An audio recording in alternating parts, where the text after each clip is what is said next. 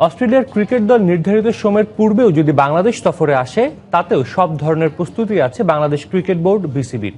এমনটাই জানিয়েছেন বোর্ড পরিচালক জালাল ইউনুস। ক্রিকেট অস্ট্রেলিয়ার চলমান সমস্যা অচিরেই সমাধান হবে বলে আশাবাদ তার। অন্যদিকে এ মাসে ফিউচার ট্যুর প্রোগ্রাম এফটিপি অনুযায়ী পাকিস্তান ক্রিকেট দল বাংলাদেশ সফর বাতিল করায় এই সিরিজের ক্ষতিপূরণ নেয়ার দায়িত্ব আইসিসির উপর দিলেন জালাল ইউনুস। 2008 সালের পর প্রথম ও শেষ বাংলাদেশের মাটিতে টেস্ট খেলে অস্ট্রেলিয়া ক্রিকেট দল। এরপর 2011 সালে দুটি টেস্ট ও ওয়ানডে সিরিজ খেলার কথা থাকলেও ওজিরা নানা টালবাহানায় শুধু 3টে ওয়ানডে খেলে যায়। সেই দুটি পাওনা টেস্ট 2015 সালের সেপ্টেম্বর অক্টোবরে অনুষ্ঠিত হবার কথা থাকলেও নিরাপত্তার অজুহাতে সফর স্থগিত করে ক্রিকেট অস্ট্রেলিয়া। অনেক 9-6-এর পর প্রায় 9 বছর পর দ্বিতীয়বারের মতো টেস্ট সিরিজ খেলতে বাংলাদেশে আসছে অস্ট্রেলিয়া, কিন্তু দেশটির ক্রিকেটার ও বোর্ডের দ্বন্দ্ব বিশ্ব দরবারে আলোচনায়। চলমান সংকট এখনো আলোর মুখ দেখেনি। তবে ক্রিকেট অস্ট্রেলিয়ার জটলা নিয়ে সময় ক্ষেপণ না করে সিরিজ সফলভাবে আয়োজনে মনোযোগ বিসিবির। 100% আমরা প্রিপারেশন নিয়ে রাখছি। এমনকি যদি ট্যুরে যেদিন তাদের এখানে পৌঁছানোর কথা তার একদিন আগে পর্যন্ত আমরা তৈরি থাকবো। ভেন্যু বলেন, তাদের অ্যাকোমোডেশন বলেন, তাদের সিকিউরিটি বলেন। অর্থ বন্টনের দাবি নিয়ে ক্রিকেটার ও ক্রিকেট অস্ট্রেলিয়ার চলমান সমস্যার দিকে নজর রাখছে বিসিবিও। তবে সিরিজ আয়োজনে উদ্বিগ্ন নন জালাল ইউনুস। আমাদের ট্যুরের আগে এই প্রবলেমটা সলভ হয়ে যাবে, তো এই জন্য আমরা এখন খুব একটা চিন্তিত নই। আমরা যদি ট্যুরের কাছাকাছি যদি গিয়ে দেখি যে কোনো সমাধান হচ্ছে না, তখন আমরা অবশ্যই শঙ্কিত। এদিকে এ মাসে ফিউচার ট্যুর প্রোগ্রাম এফটিপি অনুযায়ী পাকিস্তান ক্রিকেট দলের বাংলাদেশ সফর বাতিল করায় নিয়ম অনুযায়ী আইসিসির কাছে পিসিবির বিরুদ্ধে ক্ষতিপূরণের অভিযোগ তুলবে কিনা বিসিবি, এমন প্রশ্নে বল আইসিসির কোর্টে ঠেলে দিলেন এই বোর্ড পরিচালক। এই যে গেলাম না, তার জন্য প্রিপারেশনের তো একটা কস্ট থাকে, একটা খরচ হয় আগে থেকে। তো এখন এটা কে পূরণ করবে? ক্ষতিপূরণটা দিবে কে?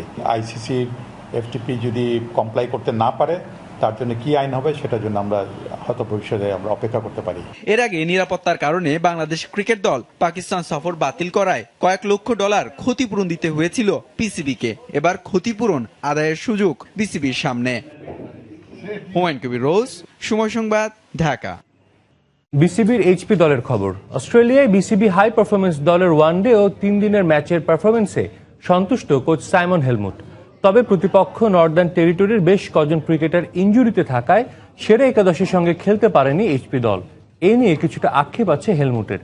এদিকে এই সিরিজের অভিজ্ঞতা ভবিষ্যতে কাজে লাগাতে চান অলরাউন্ডার মোহাম্মদ সাইফুদ্দিন। দীর্ঘদিন পর দেশের বাইরে সিরিজ খেলার সুযোগ পেয়েছিল বিসিবির হাই পারফরমেন্স দল।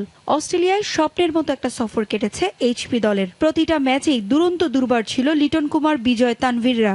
ডারউইনের মারারা ক্রিকেট গ্রাউন্ডে এইচপির দাপটের কাছে সবগুলো ম্যাচেই কোণঠাসা হতে হয়েছে নর্দার্ন টেরিটরি একাদশকে। 1 উইকেটের জয় দিয়ে 5 ম্যাচের ওয়ানডে সিরিজ শুরু। এরপর বাকি ম্যাচগুলোতেও এইচপির কাছে একরকম উড়ে গেছে নর্দার্ন টেরিটরি একাদশ। ওয়ানডে সিরিজে স্বাগতিকদের হোয়াইট ওয়াশ করার পর 3 দিনের ম্যাচেও নাটকীয় জয় পায় সাইমন হেলমটের দল। শীর্ষদের এমন পারফরমেন্সে দারুণ খুশি কোচ। তবে আক্ষেপ একটাই, প্রতিপক্ষ পূর্ণ শক্তির দল হলে হয়তো আরো প্রতিদ্বন্দ্বিতাপূর্ণ হতো সিরিজটা। ওয়ানডে ও 3 দিনের ম্যাচে অসাধারণ খেলেছে ক্রিকেটাররা। নিজেদের দুর্বলতাগুলো বুঝতে পেরেছে ভালোভাবে। ব্যাটিং, বোলিং ও ফিল্ডিং সব বিভাগেই ক্রিকেটারদের পারফরমেন্স ছিল বেশ ভালো। তবে টেরিটরির মূল একাদশের অনেক ক্রিকেটারই অনুপস্থিত ছিল। মূল দলের সঙ্গে খেলতে পারলে সিরিজটা আরো প্রতিদ্বন্দ্বিতার হতো।